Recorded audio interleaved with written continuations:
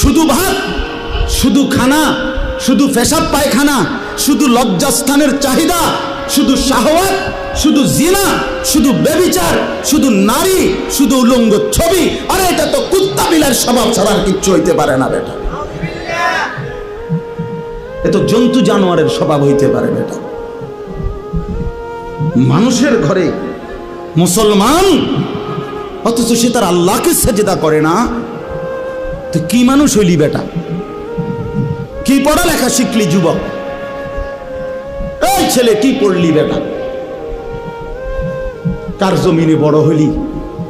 কার আসমানের নিচে রইলি? কি রে বেটা, আমরা চেহারা চিনি না? এখানে দাঁড় করাই এখন বেনামাজি। চেহারা দেখলেই তো চিনা যায়। বেনামাজির চেহারার মধ্যে তো কোনো দয়া মায়া থাকে না। বেনামাজির চেহারা তো নির্লজ্জ, বেহায়া, বেশরম, পাষাণ, দয়া মায়াহীন, এমন মনে হয়। এজন্য বন্ধু, নিজেকে আরেকবার ভেবে দেখো। তুমি মায়ের সন্তান, তুমি বাবার সন্তান, তুমি মুসলমানের সন্তান। এই কালেমা বড় দামি কালেমা। আমি 72 বছর বয়স্ক, 72 বছর বয়স বুড়া চাচা, এরকম একজন বয়স্ক লোককে গত আগস্ট মাসে কালেমার দাওয়াত দিছিলাম। উনি হিন্দু। 2.5 ঘন্টা ওনারে বুঝাইছিলাম, বলছিলাম,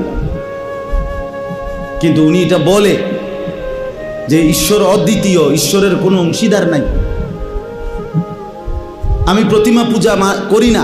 উনি এই কথাটা বলে, কিন্তু উনি কালেমা। আমি বললাম, চাচা, আমাদের সাথে আরো আলেমা ছিল, চাচা আপনি এই কথাটাই বলেন, এই কথাটাই বলেন, এটাই কালেমা। আপনি যেটা বিশ্বাস করেন এই কথাটা মুখে বলেন না, কালেমা আরবিটা বলেন, লা ইলাহা ইল্লাল্লাহু মুহাম্মাদুর রাসূলুল্লাহ, এটা বলেন।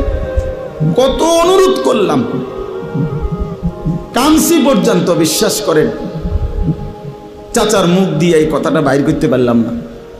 কয় না, আমি এটা পড়তাম না।